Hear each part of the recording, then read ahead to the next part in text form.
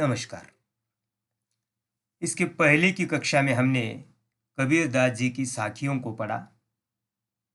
आज हम शब्द अर्थात पदों को पढ़ेंगे। कबीरदास जी निराकार ब्रह्म को मानने वाले थे, निराकार ईश्वर को मानने वाले थे।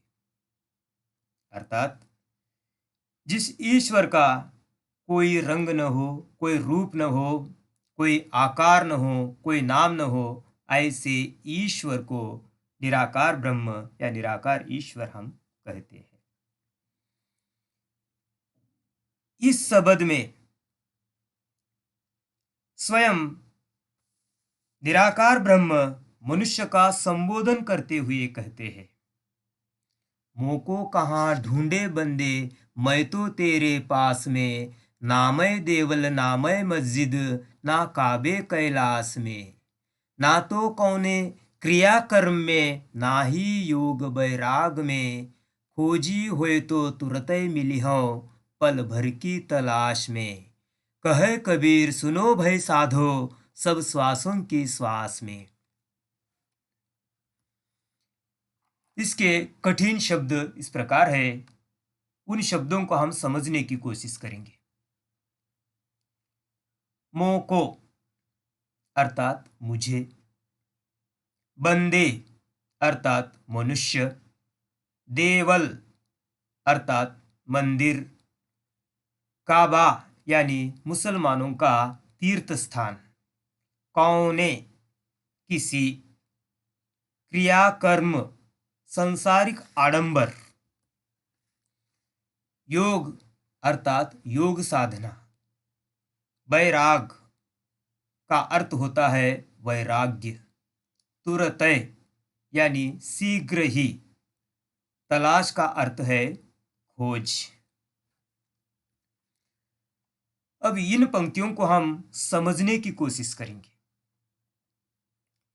इसमें स्वयं निराकार प्रभु मनुष्य को संबोधित करते हुए कहते हैं कि हे मनुष्य,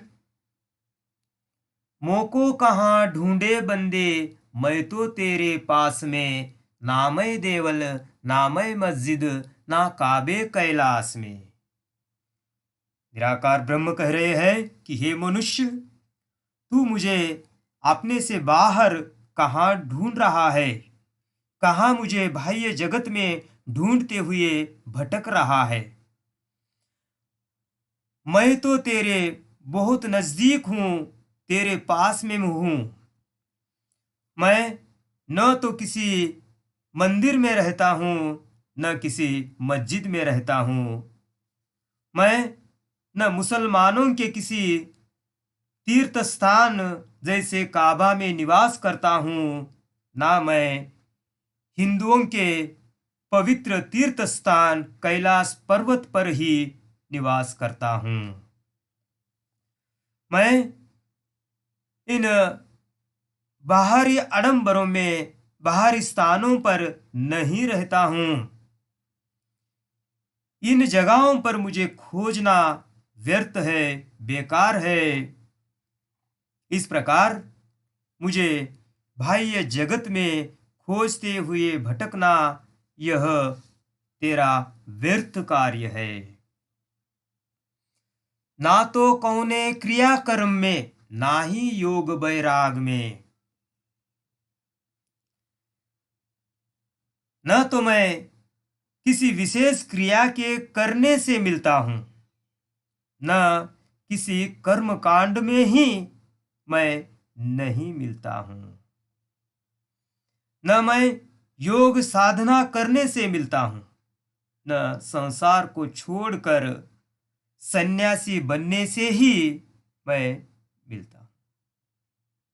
ये सब ऊपरी दिखावे है, ये सब बाह्य आडंबर है। मैं तो सब जगह व्याप्त हूं, संसार के कण कण में निवास करता हूं।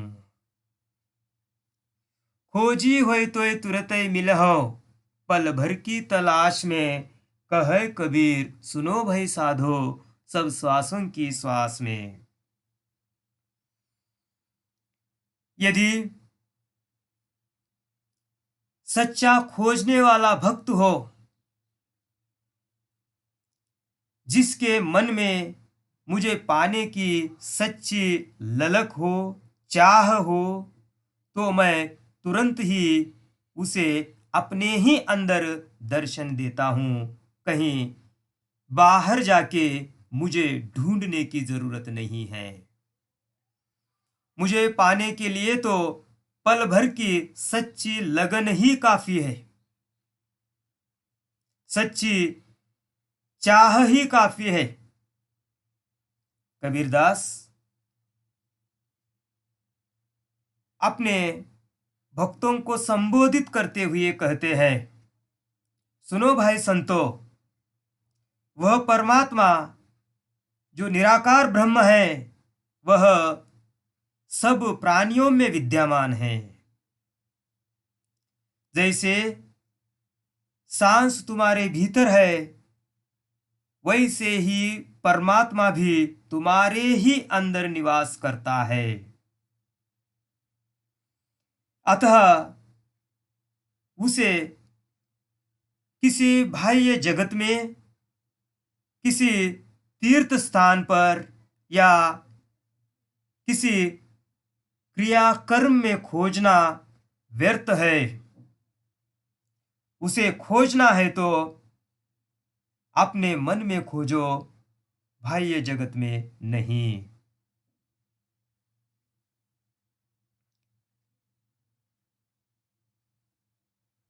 कबीरदास जी कहते हैं कि परमात्मा मंदिर, मस्जिद या धार्मिक तीर्थों में नहीं है, नहीं वह किसी बाहरी दिखावे में है। उसका निवास तो धरती के कण कण में है, प्रत्येक प्राणी, प्रत्येक मनुष्य के हृदय में है। बस उसे सच्चे मन से खोजने की आवश्यकता है।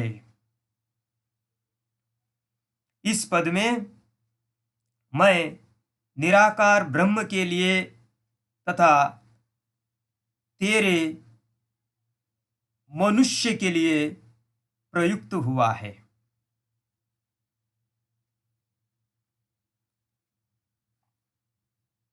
इस पद में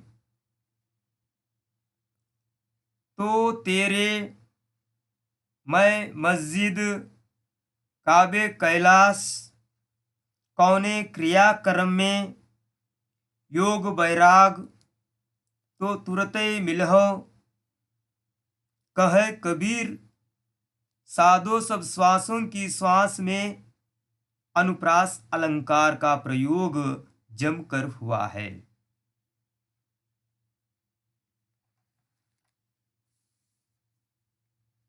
इस प्रकार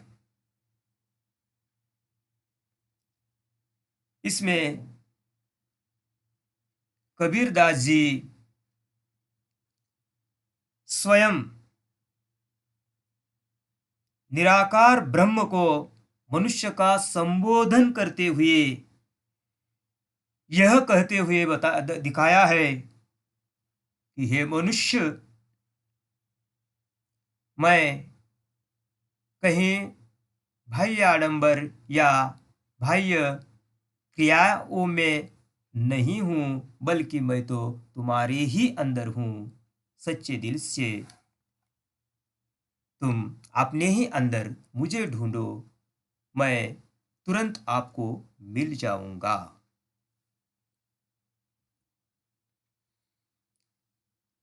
इस शब्द के मूल्यांकन के लिए इन निम्न प्रश्नों को पढ़िए और उसके उत्तर देने का प्रयास कीजिए। पहला प्रश्न है, कबीरदास जी इस पद में क्या कहना चाहते हैं?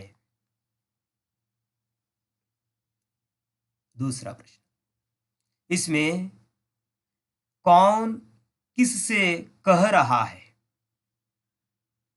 तीसरा प्रश्न, प्रभु किसे मिलते हैं? चौथा, प्रभु कैसे मिलते हैं?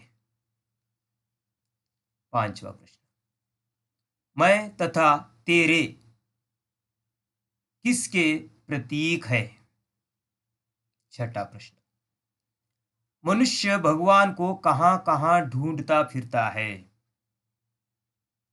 7वां एवं अंतिम प्रश्न, भगवान कहां मिलते हैं? धन्यवाद।